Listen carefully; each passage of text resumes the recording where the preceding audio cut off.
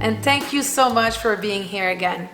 So this week we will talk about how to communicate effectively. I think that it's a topic that is always important, but more so now that we spend a little bit more time than usual with our family, our kids, our parent, our spouse, our roommate, our in-laws, God knows. So I think this is a crucial time to be able to communicate effectively.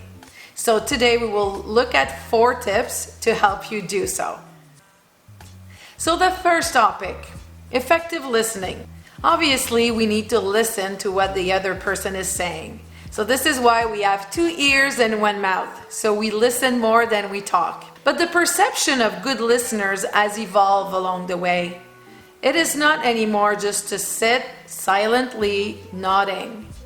To the contrary, effective listeners ask questions because the speaker doesn't have any evidence that you're really listening when you're sitting in silence and nodding. But when you ask a question, the speakers know that you're engaged, that you comprehended what they were saying, and that you want more information. So it's actually okay to ask questions. But there's a pitfall here. So asking a question is not about giving your unsolicited advice, opinion, or feedback. Asking a question is asking a question. So effective listening as a dialogue with 2 persons. But not just one speaker and 1 listener. Both need to be in interaction. It needs to be dynamic. So the second tip, it's everything can be said. It's a matter of how we say it. And in the book, The Little Prince, it says, language is the source of all misunderstandings.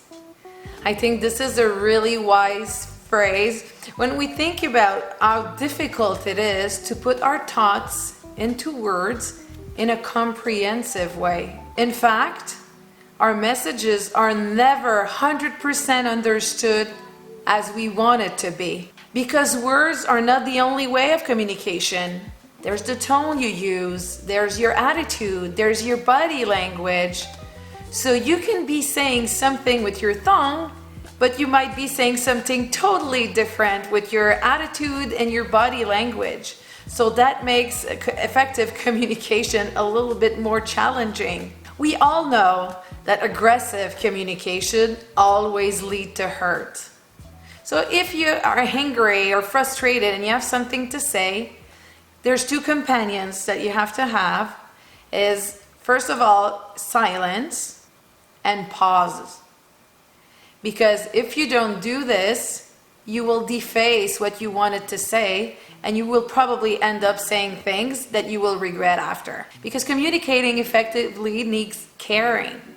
So we need to be mindful of our mood, of the time, of the place we communicate. Also, we have to make sure that we're calm and open if we need to address difficult topics. But in fact, what really hinders communication is never what you have to say.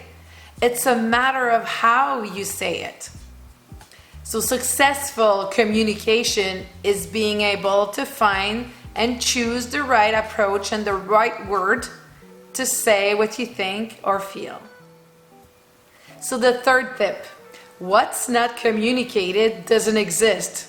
And by the way, the silence treatment doesn't help diffuse any situation. And we've all done it. When we're super angry and frustrated, sometimes we just shut down, stop talking, and then we think that's the right thing to do. And it looks a bit like that. Hey babe, what's up? You don't look in a good mood. Are you mad? Did I do anything? Did I say something? And we are like, no, it's all good. Everything is fine. Everything is okay. Come on, this can go on for hours. But this behavior is just a time bomb. Because actually, what we don't communicate doesn't exist. So the other person doesn't know what's wrong. So they cannot change their approach, they cannot cross-correct, they cannot engage in any conversation because they just don't know what's happening. So who's penalized? We are. And who wins? No one wins. Because then we just get stuck in our emotion and we build up anger and frustration and then we just explode. And that doesn't lead anywhere.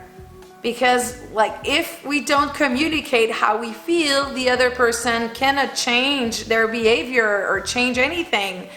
Because what's not communicated doesn't exist. Unless your partner or the other person involved in the conversation has a crystal ball or can read your mind. Other than that, the only way is just to be honest and be transparent about how we feel at any given time. And the fourth tip, talk to the right audience. I know it seems easy, but human beings love to talk about their frustration and complain to other person versus the persons that really involve. And honestly, that doesn't solve any problem. Even it could create more problem because you could lose the trust and the confidence of the other person because they just might think that you're not upfront enough to let them know what you think or what's going on. So if you're angry with mom, talk to mom. If you're angry with Mary, talk to Mary. This is actually your best bet to be able to resolve your conflict and the issue you're dealing with. And plus, you won't have to put a third person in the middle of the situation where she didn't ask to be there in the first place. And chances are there's nothing she can do. She feels helpless because she's not concerned by the situation.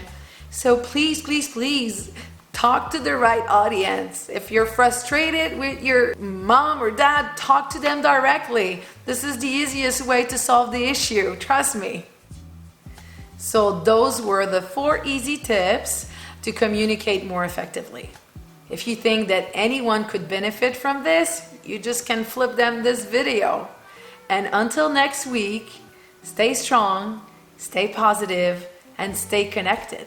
And if you haven't already, you can subscribe to the YouTube channel, Uplift Yourself with Julie, or you can also connect on Instagram at upliftyourself_with Julie.